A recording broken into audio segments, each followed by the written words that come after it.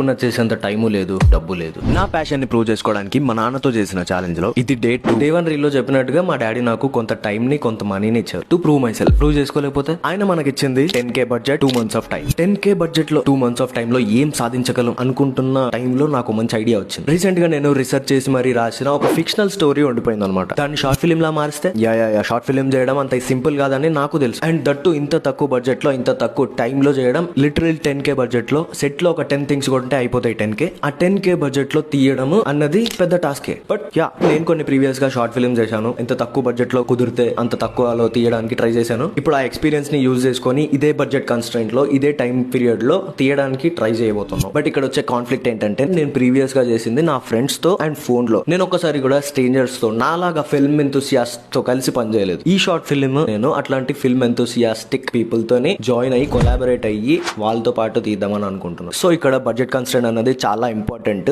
మన దగ్గర ఉన్న బడ్జెట్ తోని విఎఫ్ఎక్స్ ఆర్టిస్ట్ కి ఇవ్వాలి, డిఓపి కి ఇవ్వాలి, ఆర్టిస్ట్స్ కి ఇవ్వాలి, అండ్ సెట్ స్క్రాచ్ నుంచి బిల్డ్ చేయాలి. లైటింగ్స్ సెటప్, బ్యాక్గ్రౌండ్ సెటప్, ఇంకా చాలా ఉంటాయి. అవన్నీ జస్ట్ ఒక 5 to 7 things కొనగానే 10K బడ్జెట్ మొత్తం అయిపోతుంది. సో ఈ బడ్జెట్ స్ట్రెస్ లో ఉన్నప్పుడు నాకు ఒక కమ్యూనిటీ పేజ్ నుంచి హెల్ప్ దొరికింది. ఆ కమ్యూనిటీ నేను చాలా అడ్మైర్ చేసే పర్సన్ ది. అసలు ఆ పర్సన్ ఎవరు, ఆ కమ్యూనిటీ ఏంటి, మనకి బడ్జెట్ వైజ్ గా కమ్యూనిటీ అండ్ ఆ పర్సన్ ఎలా హెల్ప్ చేశారు అన్నది ఈ డైలీ సిరీస్ లో వచ్చే నెక్స్ట్ రీల్ లో తెలుసుకుందాం.